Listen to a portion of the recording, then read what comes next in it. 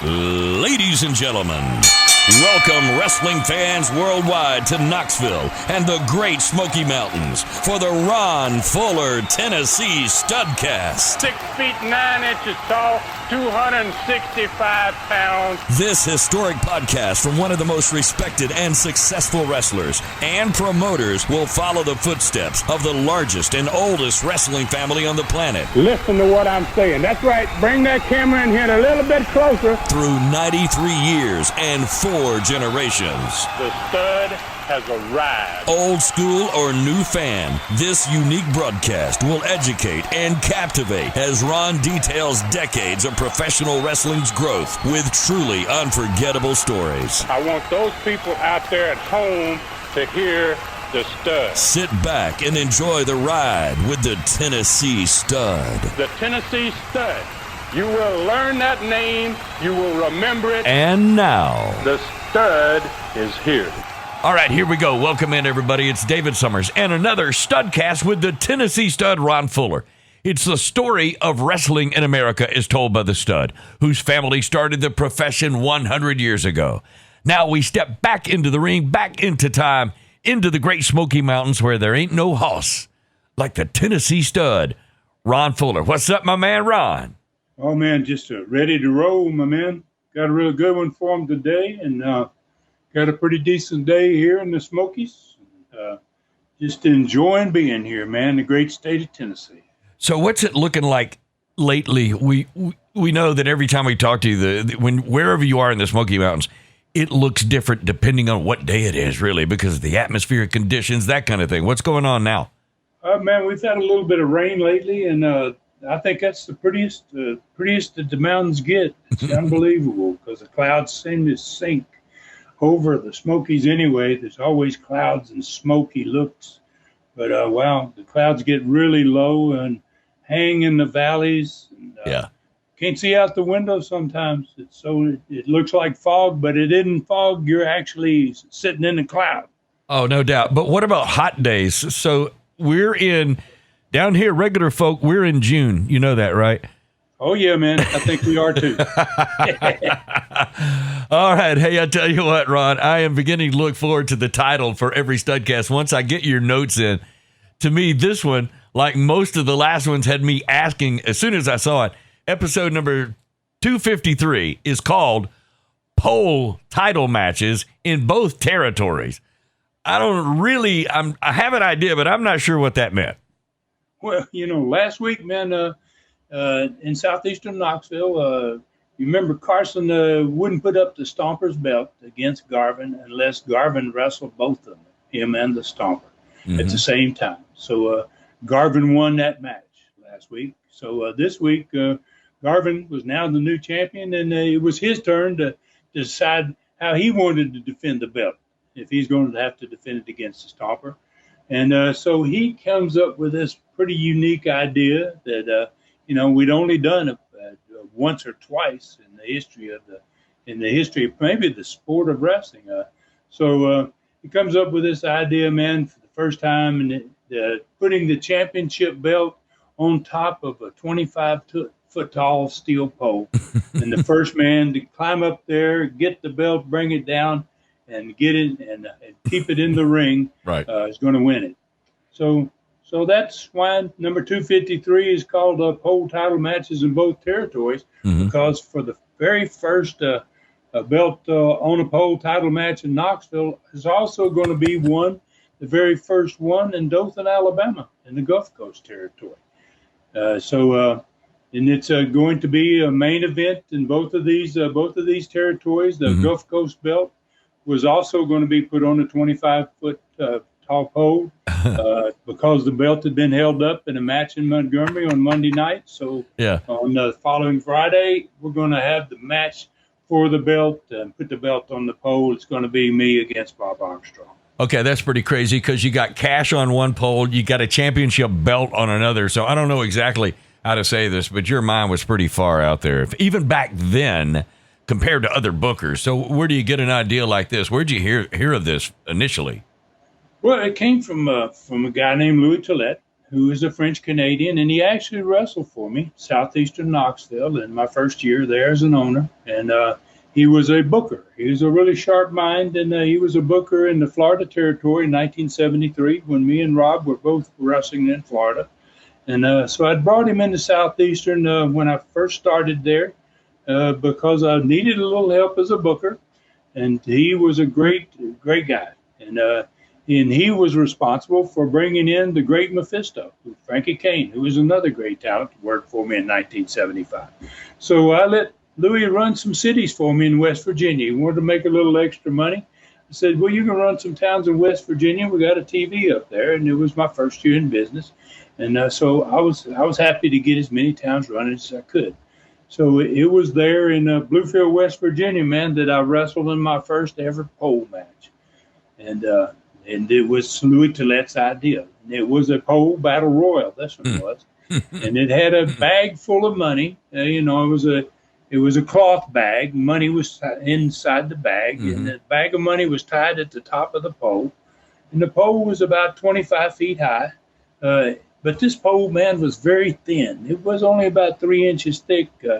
And when I looked at it from the dressing room, my first thought was, it's not just thin, this is dangerous. What's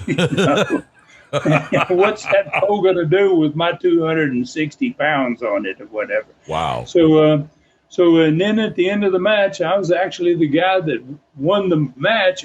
When I climbed it, it was really unsteady, and it started whirling around in slow motion. The higher I went up, it started this little slow whirling around, and I got afraid, man, about halfway up that this thing's going to snap in half or something bad's going to happen. They're going to send me head first down on the concrete, man. It's going to be a bad night, basically.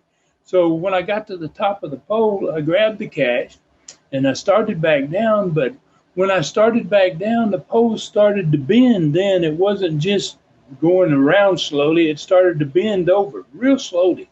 And I stayed right where I was because I was afraid, what's going to happen here now? So I just hung onto the pole, and thankfully it bent outward, away from the ring. And it bent right straight into the highway of the building between the two sections of ringside. So I saw it was not going to go and land me in the crowd or something crazy. So I just held on for dear life, man, and it just kept slowly bending into this huge arch. And then got down almost to floor level, and it suddenly stopped. But it was about my height when it stopped, so I just stepped off of it and walked to the dressing room with the money. And I'm sure the fans thought that's probably the way the match was supposed to end. But it really scared me about pole matches. I'll tell you that. So you rode the pole from 25 feet up down to the floor of the arena, just conveniently walked away with the money. All right, so was that your first pole match, your last pole match? I mean, what about it? Well, that was my first pole match, but it wasn't my last. Okay. And the last one that I had was in the summer of 1976. It was in Knoxville, and it was I had just turned babyface not too long before that. I started out as a heel there. I just turned babyface. And I was going at it pretty much every week during that time frame, summer of 76, against Don Carson and his peanut butter black glove, man. And so I'd finally, in July of that year, in one of those matches, removed Don Carson's black glove, and I left the ring with it, took it with me to the dressing room. So the next day on TV, he demanded that I give his glove back to him, and I refused and said I'd give him a chance to win it back. So, and that's where the idea came from for the second pole match of my career. So I told him and the fans on TV that day that I was going to have them bring in a 25-foot tall steel pole, and I was going to put the peanut butter glove on the top of it the next Friday night, and whoever climbed the pole and came down with it could use it on the other guy. So me and Carson went at it again the following Friday night, and the man who climbed the pole and got the glove was able to use it on his opponent, and he actually went up and got the glove. But when he came down, I took it away from him, and I used it on him, and I bloodied him up. I figured out how to load it, and I bloodied him up, and I got the 3 count, and When I finished the match, I took the glove off, and he's laying there on his back. His fat belly's sticking up in the air, and I just threw the old black glove down on his belly, and I went to the dressing room. That was the first sellout in the history in Southeastern's history in the Chilhowie Park Amphitheater. Wow. In fact, I think the amphitheater had more people in it than the Coliseum for that big event in the Coliseum. Holy cow. Wow. All right, I tell you what, we're off to a great start today, Stud. 2 stories already. So 2 years after the last Southeastern pole match, 2 very unique pole matches, both for the belts in each territory, are coming. It sounds like fans were going to really be getting a treat. And speaking of a unique treat, that's what fans are getting now. There's a transition for you on your red hot ClassicContinentalWrestling.com streaming channel. Y'all, you got to check it out. ClassicContinentalWrestling.com. You keep adding great new content weekly. So what's going on? What's new for the week? Wow, man, there's a lot of new stuff on it, Dave. I've been working really hard to get things on it, to keep it growing. And a lot of new ones that I give you just this week, and I'm determined, man, to give my streaming channel fans the very best. And I had the first prologue to my book, Brutus, was on there. And I, having no experience with recording an audio book, after I listened to it myself, I wasn't happy with it. And, and I want nothing but the best for subscribers. ContinentalClassicWrestling.com, it's really, really going fast. So I redid that first prologue. So now the opening, and the first prologue in the book is in Africa, takes place in Africa, and the second in Australia.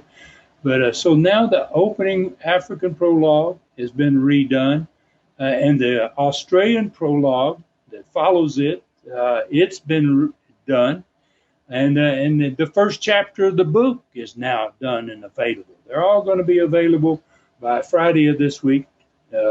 So, and those audio chapters read by me are also going to become an audio book when I finally get finished with it. And I hope fans on my streaming channel will appreciate each one of these. But, because by getting there to hear the entire book, basically, they're going to hear the entire book without having to purchase it.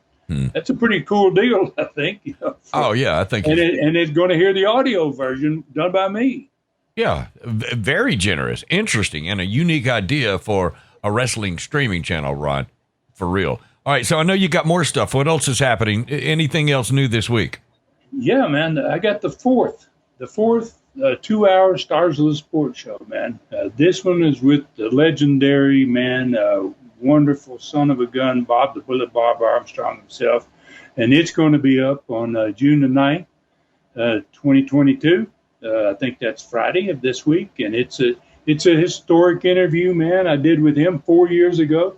And I've added to it to more than 50 photos of him that appear as his tremendous life story, man, is being told. So actually you listen to the story and the photos are nonstop. And in my opinion, the photos add to these original recordings.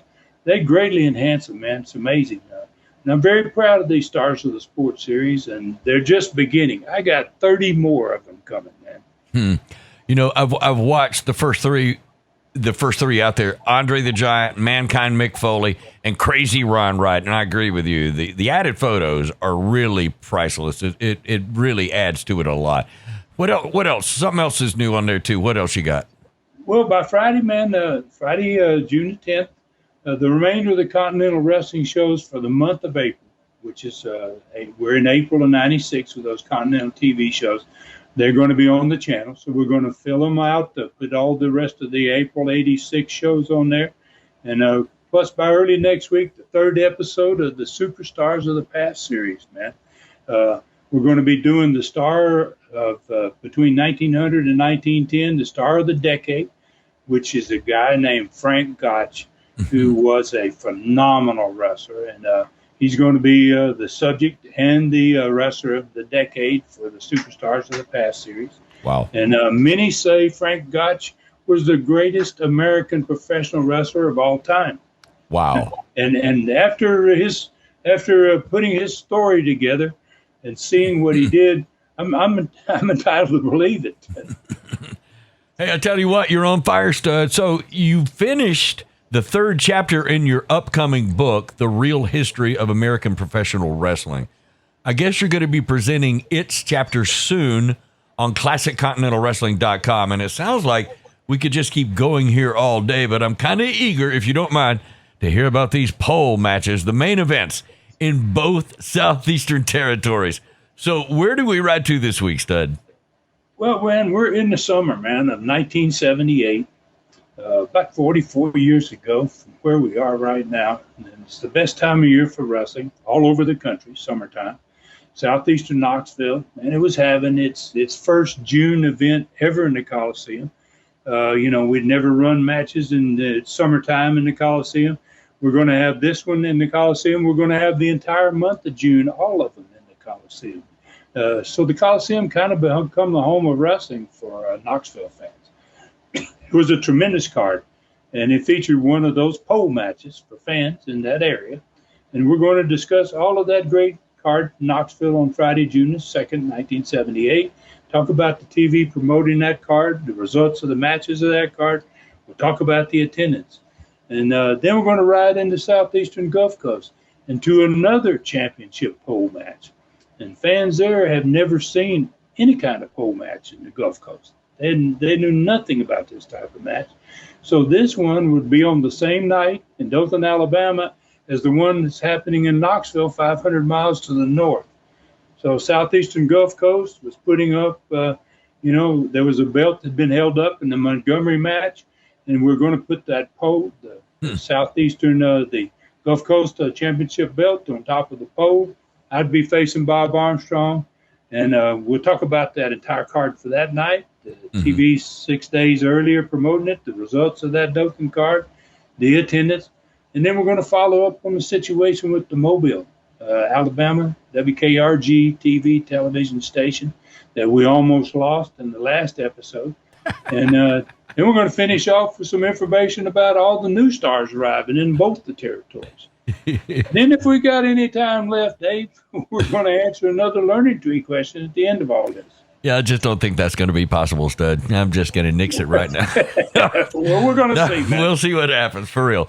All right, so it sounds like, obviously, another loaded Studcast. I can't wait to hear more of what happened from your discussion, because last week you kind of had your hat in your hand a little bit with the general manager of the Mobile TV station and some of the new stars arriving soon. So I don't know about you, Stud, but I'm ready to ride into Tennessee. Let's go. So, yeah. I am too, my man. So let's start with the card in Knoxville Coliseum, Friday night, June 2nd, 1978. Like I said, slightly more than 44 years ago. That's amazing. Steve Brody opened the night against Ron Wright. Tony Charles wrestled Don Carson. The great Malenko, who had failed to beat Ricky Gibson in the time limit draw from last week.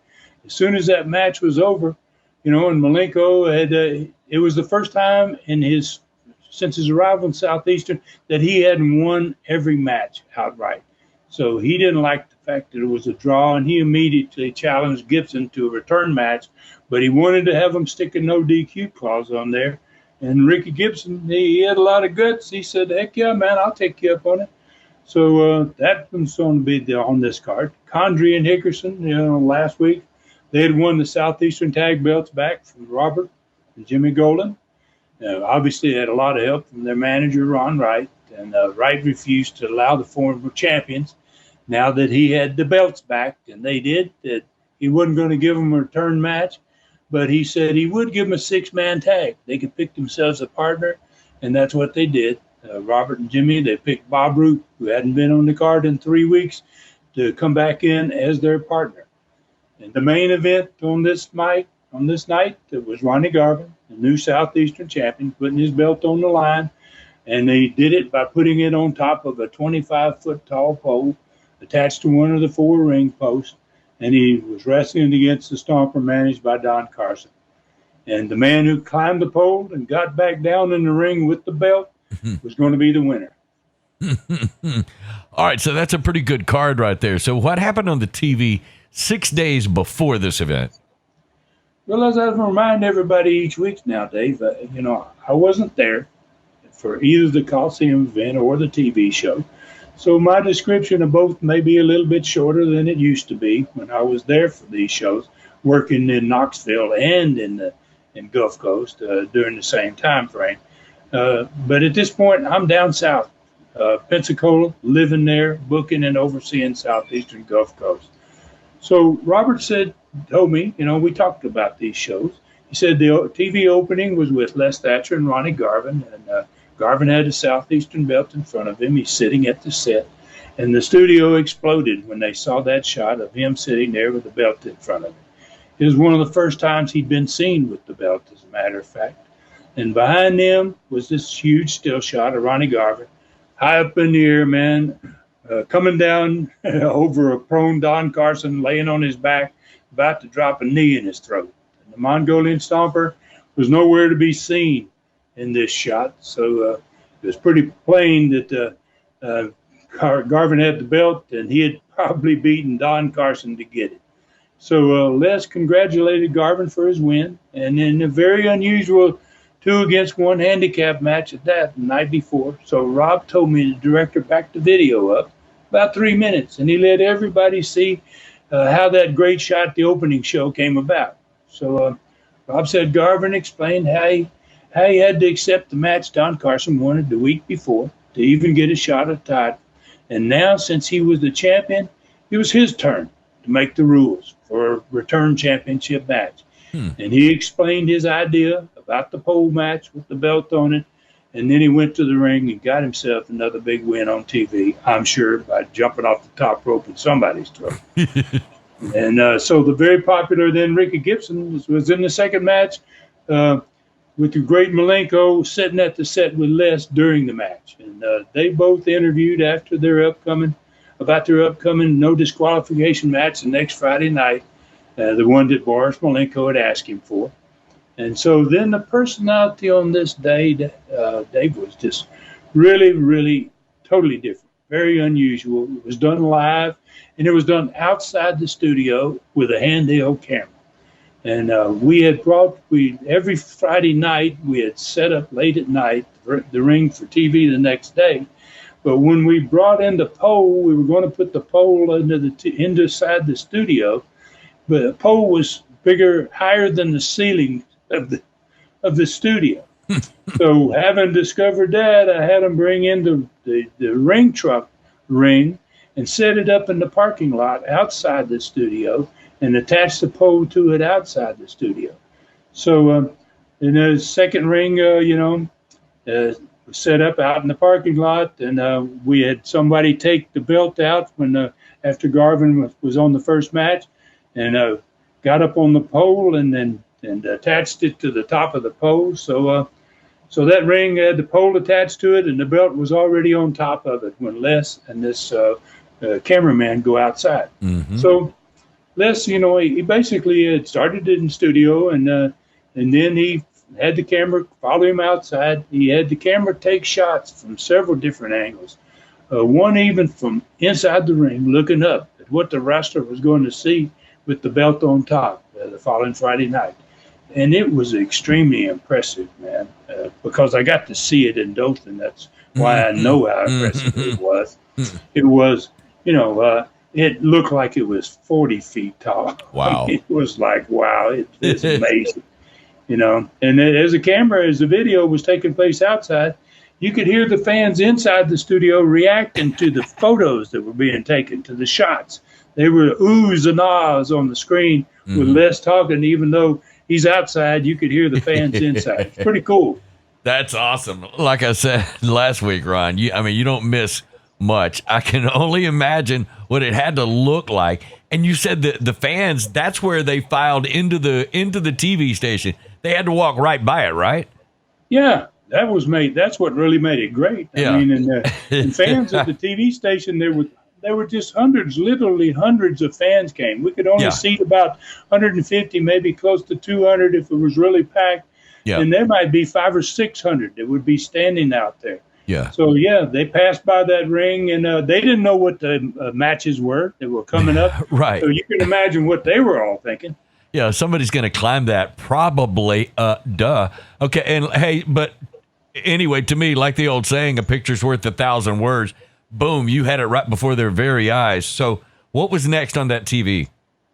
Well, Ron Wright brought out his new tag champions in the third match, Dennis Condrey and Phil Hickerson, for the next live match. And obviously they got themselves another big win. They were a phenomenal team.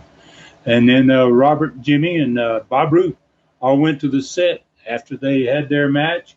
And they watched a brief piece of that tag match from the TV the week before, where Ron Wright got in the ring and his two boys held Rob, and he pulled out his chisel and busted Rob with it. And then they also watched the second video of where Ron Wright had screwed him the night before. And then they talked to Bob Roop, both Rob and Jimmy. Rob said about how happy they were to have him back. And they basically set up the six-man tag for the following Friday. Last match on that show was managed Mongolian Stomper, managed by Carson. And after the Stompers win, Carson and the Mongol were at the set with Phil Rainey, commentator, for the last interview. And Les was outside with Ronnie Garvin in the ring with the pole attached to it and the belt on the top. So, Les closed the show. And what a great interview that was. Ronnie being able to talk about how high that was. And he didn't know whether Mongols could climb. It might be. It was going to be. He kind of set the tone for that event. And then Les had a tremendous close. They closed the show from the ring outside the building with the cameraman standing right underneath the pole and taking a shot straight up underneath it. And wow. So that TV made a statement of its own.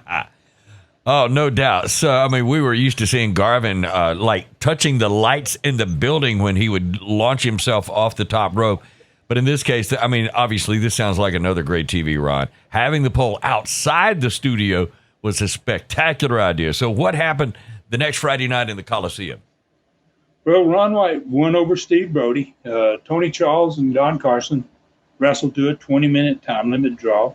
The great Malenko brought his Russian chain to the ring, man. But he wasn't allowed to bring it inside. The referee wouldn't allow him to bring it inside. So he took the chain and he threw it under the ring, and then he charged Ricky Gibson real quick so that the bell got rung quickly, and the chain's underneath the ring. And so finally in this match, Rob said that Gibson's down and pretty close to being beat without Malenko having to do anything more. But Malenko left the ring, and he went under the ring and got the chain, and then he brought it back in. It was a no DQ match, so the referee couldn't stop him for using it. And the fans got a taste, man, of why Southeastern had tried to stop Malenko for so long from having any Russian chain matches. Wow, Rob said Malenko made a bloody mess of Ricky Gibson before he covered him, and he beat him for the win. So Malenko had been at that point in Southeastern for about 2 months, and he had yet to get a Russian chain match since arriving. His attorneys and everybody had worked on it, and I think he was finally going to get one the next week, but it was going to cost him some money, man. So Robert, Jimmy Golden, Bob Root won the six-man tag by disqualification against Condrey, Hickerson, and Ron Wright. And then the Southeastern Championship pole match started, which was the end of and this one ended in a no contest decision. And it was already a bloody match between the two of them before this happened, but finally after they had been in there for a while, they both tried to climb up. Then they both end up on the pole at the same time. And Rob was watching it, and he said the pole started swinging back and forth. And he said the crowd was just screaming in terror, man. They're 20 feet up, 25 feet up, and nothing but concrete below them. And he said all of a sudden, he said the belt fell off the top of the pole to the Coliseum floor. And he says, so he said both wrestlers came down off the pole and they went after the belt and they started fighting outside on the floor. And then that fight on the floor, Rob said, turned into a fight all over the arena. And they were both, Rob said, bleeding like crazy, and neither of them left with the belt. So the title, obviously, was going to have to be held up until the next week, and we're going to bring it back again. Put it on the pole again, except this time secure the pole a lot better and also the belt, man, to make sure that everything was going to be solidly mounted, man, the following Friday. I keep thinking of that phrase. You had one job. Your job was to tie the belt to the top of the pole. What happened? Anyway. All right, that's crazy, Ron. The belt fell off the pole. Wow. Yep. It was only the third pole match in Southeastern history, man. You know, and it was only the third pole match by only about an hour, because in Dothan, Alabama, 500 miles south, they were in Central Time. They were going to have a pole match about an hour after this one ended.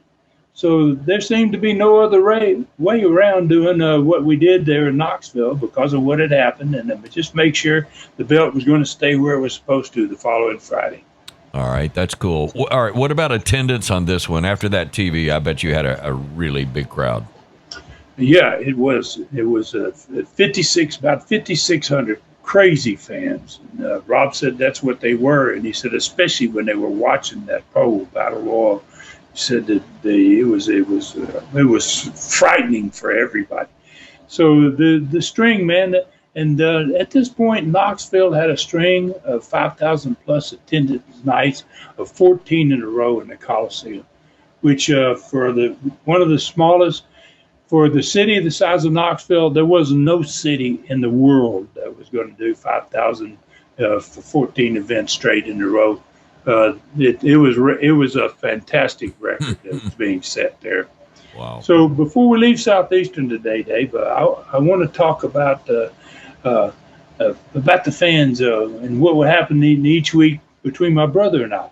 Since we were both running these two territories at that time, and we spoke every Sunday, we talked about everything, lots of things, and you know, like he mentioned, how big the crowds were still at TV, and how loud and excited those fans were.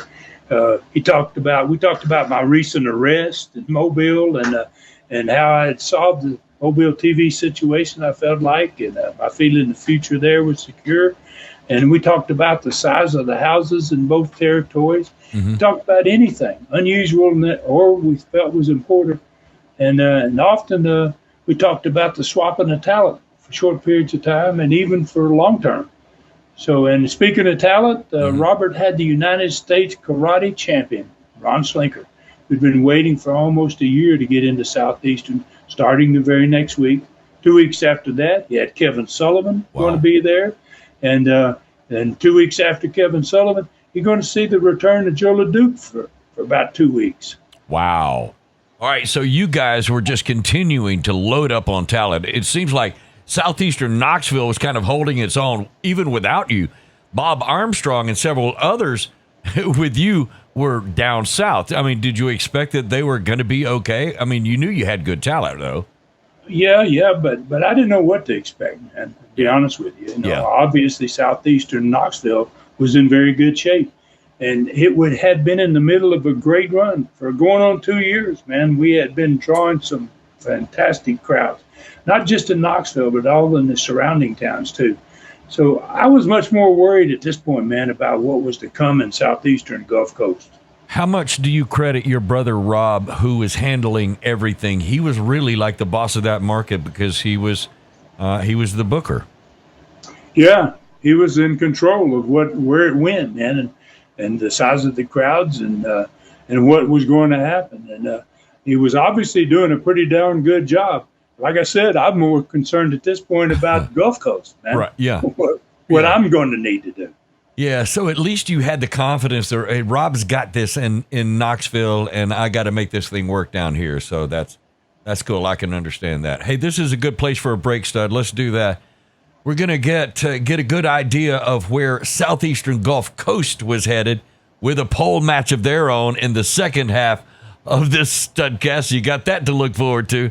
ClassicContinentalWrestling.com is streaming everything that you see on YouTube, Southeastern Rewind, and more. You got to check it out, ClassicContinentalWrestling.com. This Studcast will continue in a moment right here. Hey, Studcast fans, it's David Summers. Ron appreciates every listener and all Studcast fans everywhere.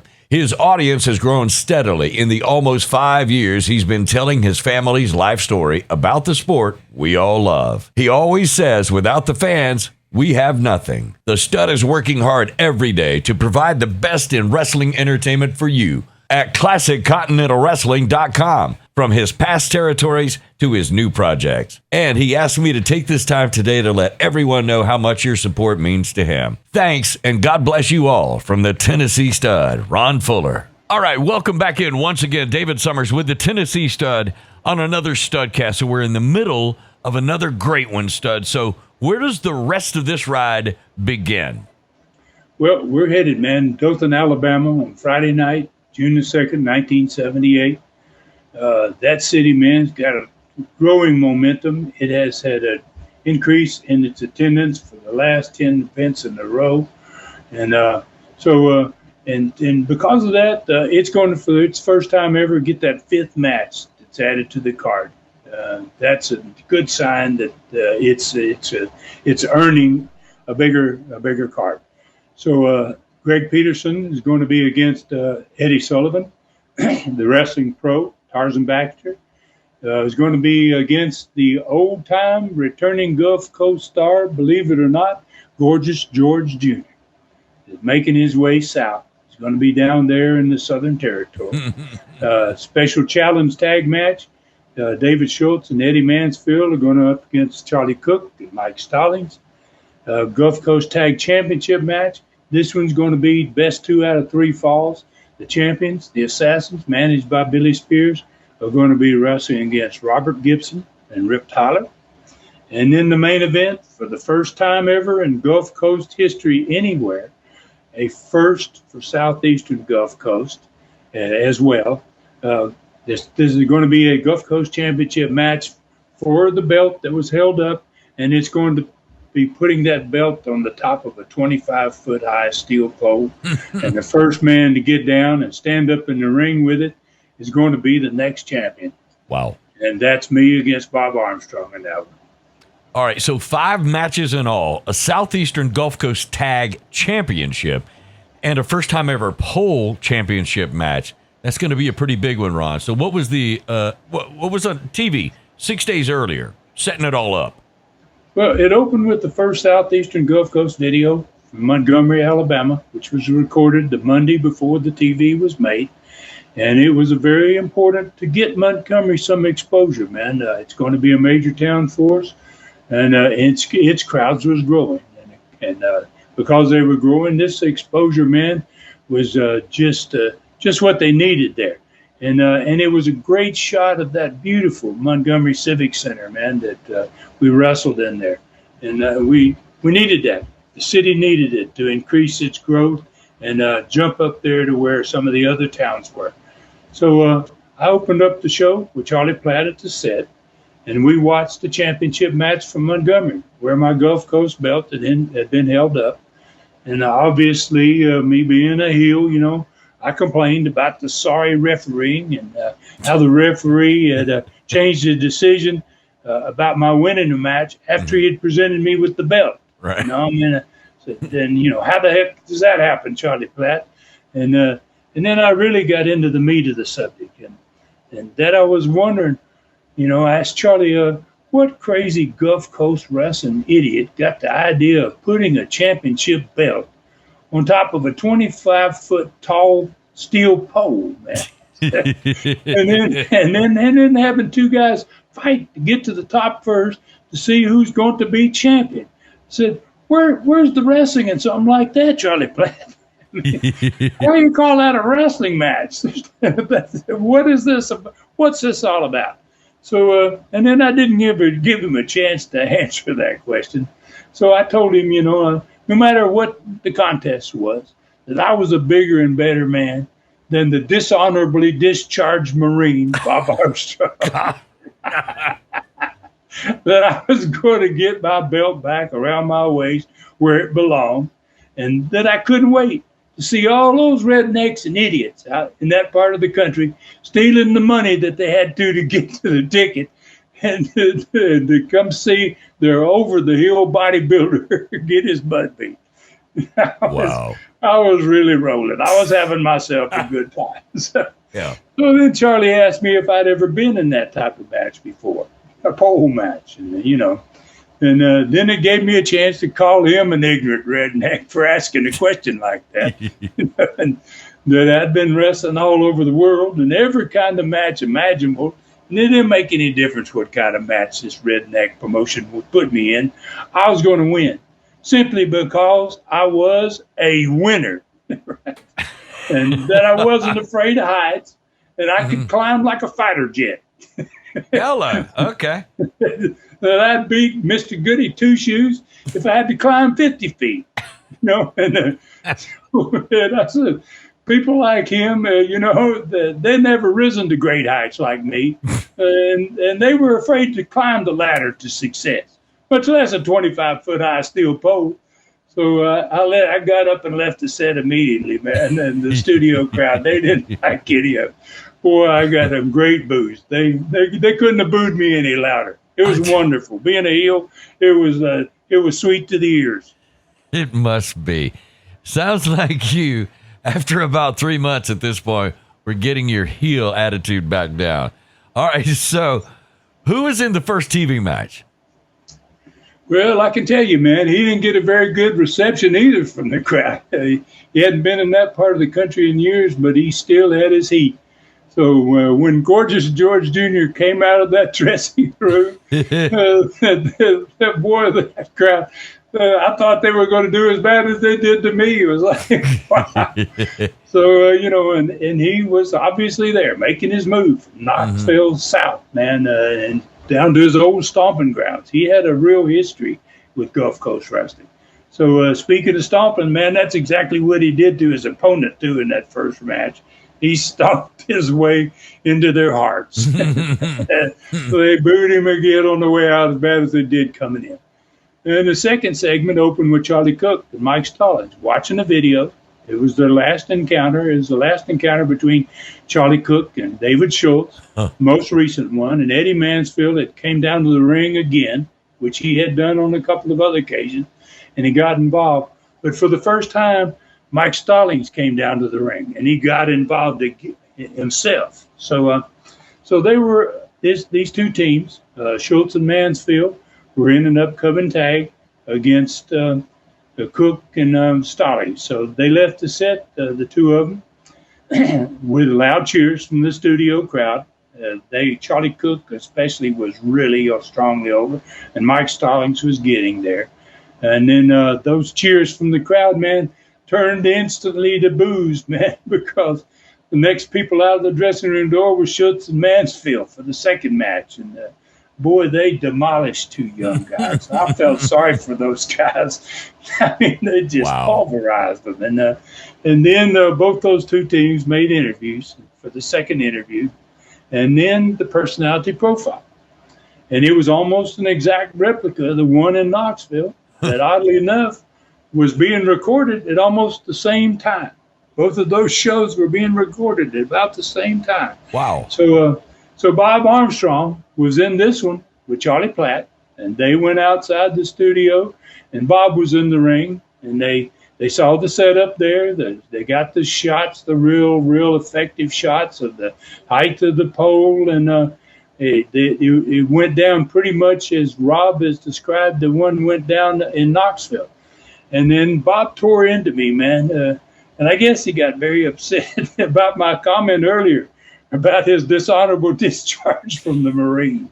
Yeah. And I think he actually got mad about it, for real. He was so mad that he at one point, while he was standing in the ring talking to Charlie Platt about the pole and the height and all that, he just kind of he put his arm on, slapped Charlie's back, and he said, I want to show everybody just what kind of advantage I have since I was a Marine, he said. Mm-hmm. And he bolted from the middle of the ring, man. He shot up on the top rope, and he went hand over hand, 25 feet up. Didn't even use his legs to the top of the pole. Oh, wow. He touched the belt up there, and he came right back down and got down in the ring. Wow. And he said, can Ron Fuller do that? Like in a matter of seconds. Wow. Okay. Oh, it was unreal. I mean, I watched it from inside the studio. I was like, son of a gun. Whoa. Because Bob was so strong, man. Yeah.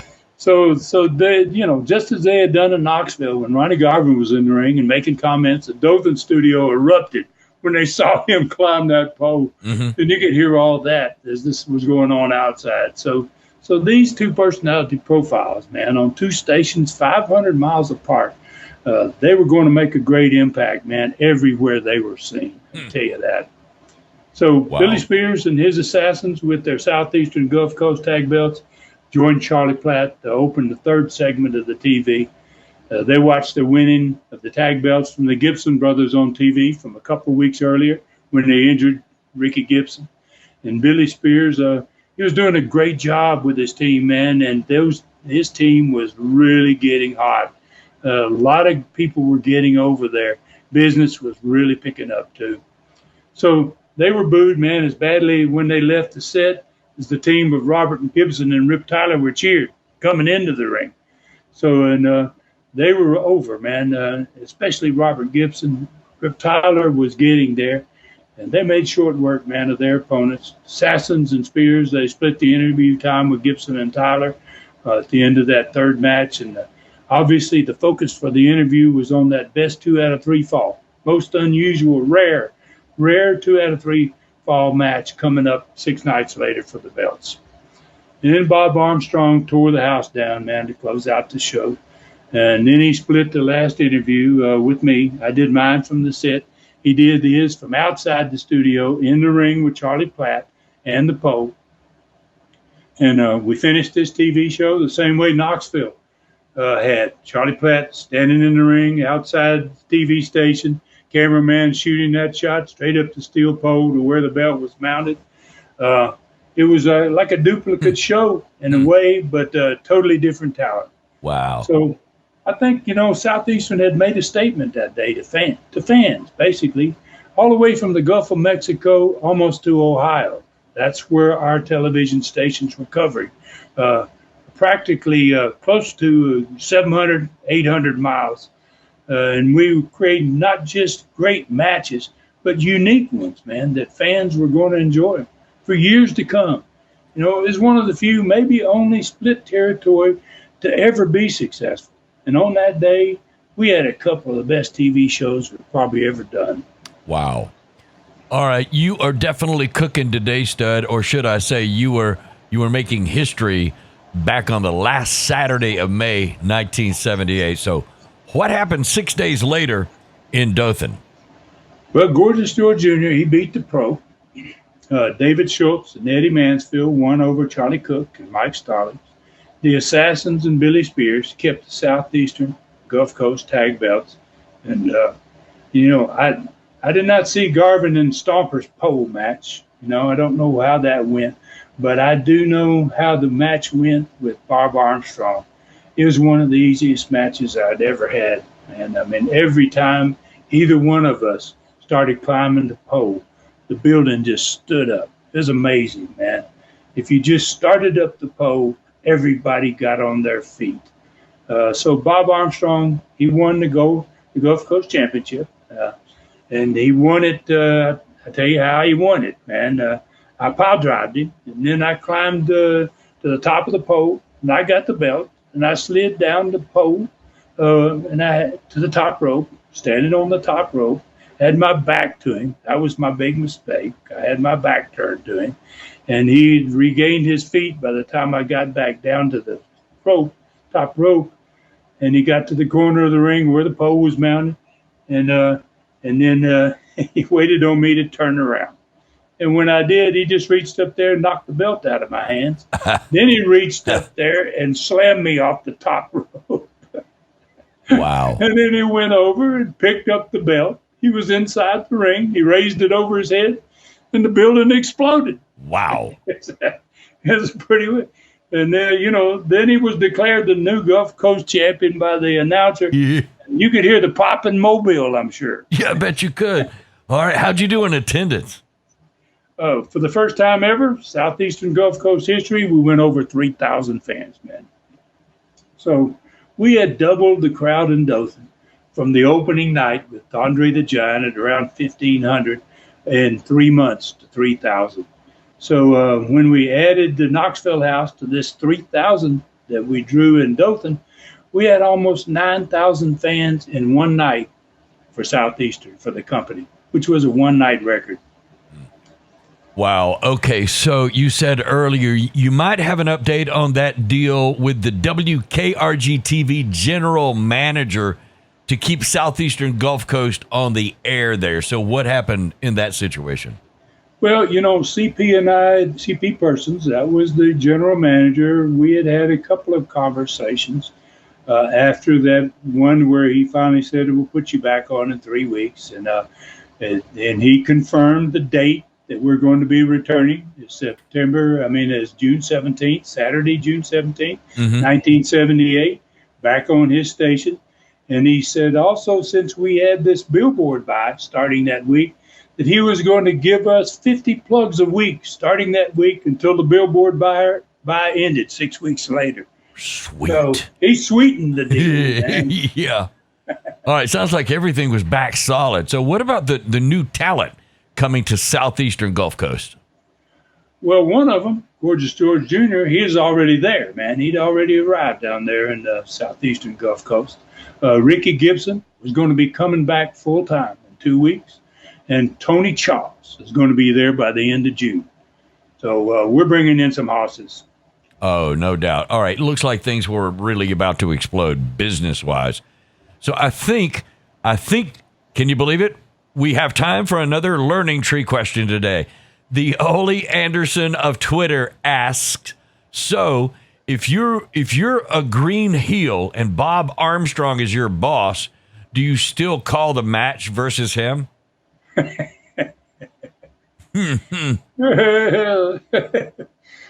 that's a good one. I mean, this guy's got to be a worker. He's got to have been in the ring before. Ole Anderson, boy, that's good. I worked with Ole many times, and gosh, I never enjoyed any of them. He was a bad dude. Yeah. So I guess Mr. Anderson here, I wouldn't recommend it. I wouldn't recommend that you try to call the match with him if you're a green heel. Being a heel or a babyface, it takes a long time to figure out how to call a great match. That didn't happen, man, until you'd been in the ring for years. And every seasoned heel couldn't do it properly every night. I mean, even guys that had been in there, sometimes they couldn't call a good match every night either. So if you were a green heel, say even if you were as good as a guy like Arn Anderson was going to become, you were doing well to get away with calling one high spot during a match.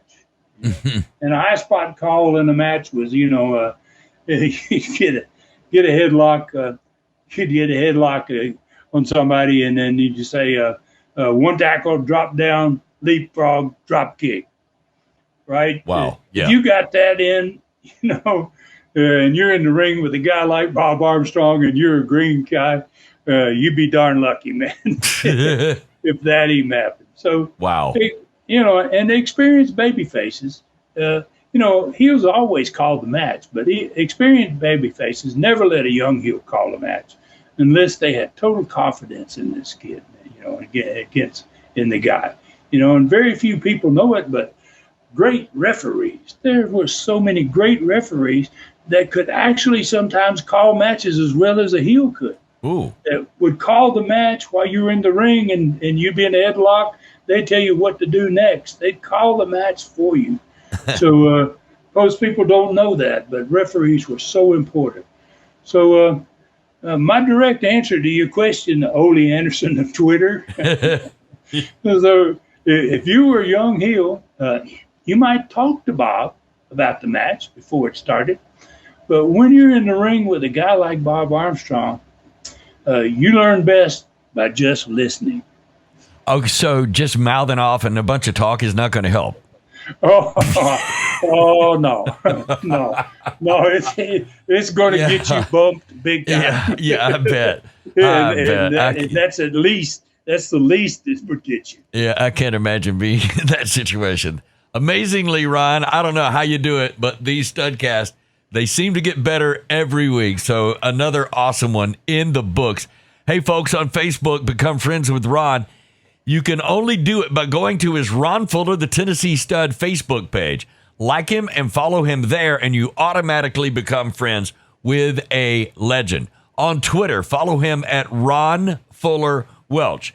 The website, visit the Stud on his tremendous website, tnstud.com. You'll find great videos, a photo gallery, every Studcast ever done, 43 super Studcaster there too. Shop the Stud store for all kinds of souvenirs, personally autographed photos, the classic Continental Video 5-pack, and his thrilling line novel, Brutus. Southeastern Rewind on YouTube is still full of great shows and information about the streaming channel. Check out ClassicContinentalWrestling.com, Ron's fantastic streaming channel. It's all there, and it always will be. The third Superstars of the Past series with Frank Gotch will be added soon to Abraham Lincoln and Martin Farmer Burns. April 1986 Continental TV shows added this week. 23 USA TV shows, 32 Stud stories, 4 Stars of the Sport now with Andre the Giant, Mankind Mick Foley, legendary Ron Wright, and Bob the Bullet Armstrong with hundreds of new photos added. You got to check it out. 3 documentaries. Wildcat Wendell Cooley, world premiere of Tony Anthony's Dirty White Boy, plus a tremendous 2-hour special of Mongolian Stomper matches, and 3 Brutus readings by the end of this week. Man, that's a lot.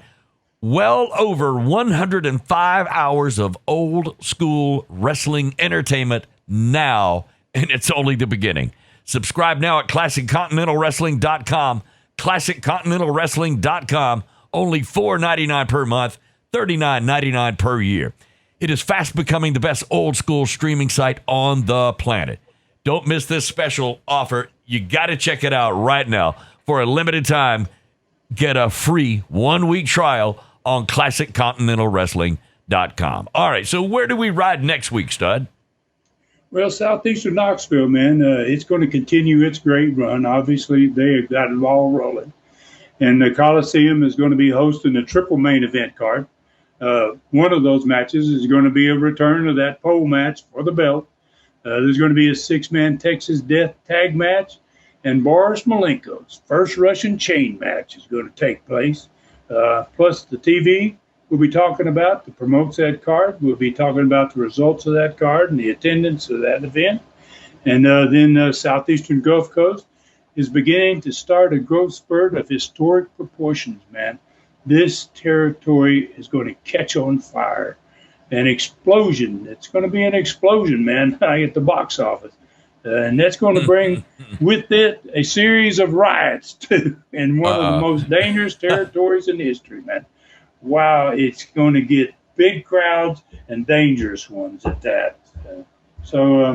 There's going to be a lot happening in Southeastern Gulf Coast, and we're going to touch on many of the cities in that one next week. We'll cover that Dothan card, TV promoting it, the results of that card, and the attendance. Time permitting, we're going to have another Learning Tree question to answer. And I just want to thank everyone, man, for your continued support out there of everything I do. I so much appreciate all you fans. Please take care of yourselves and others, and may God bless us all. For Ron Fuller in the Great Smoky Mountains, I'm David Summers saying thank you for listening. Find me at davidsummersproductions@gmail.com. This Studcast is a David Summers production for Tennessee Stud, LLC. Thanks for joining us today for this historic Studcast. The true story continues next week. So full Nelson your friends and point them in our direction for another ride with the Tennessee Stud. 1, 2, 3. This is David Summers saying so long from the Great Smoky Mountains.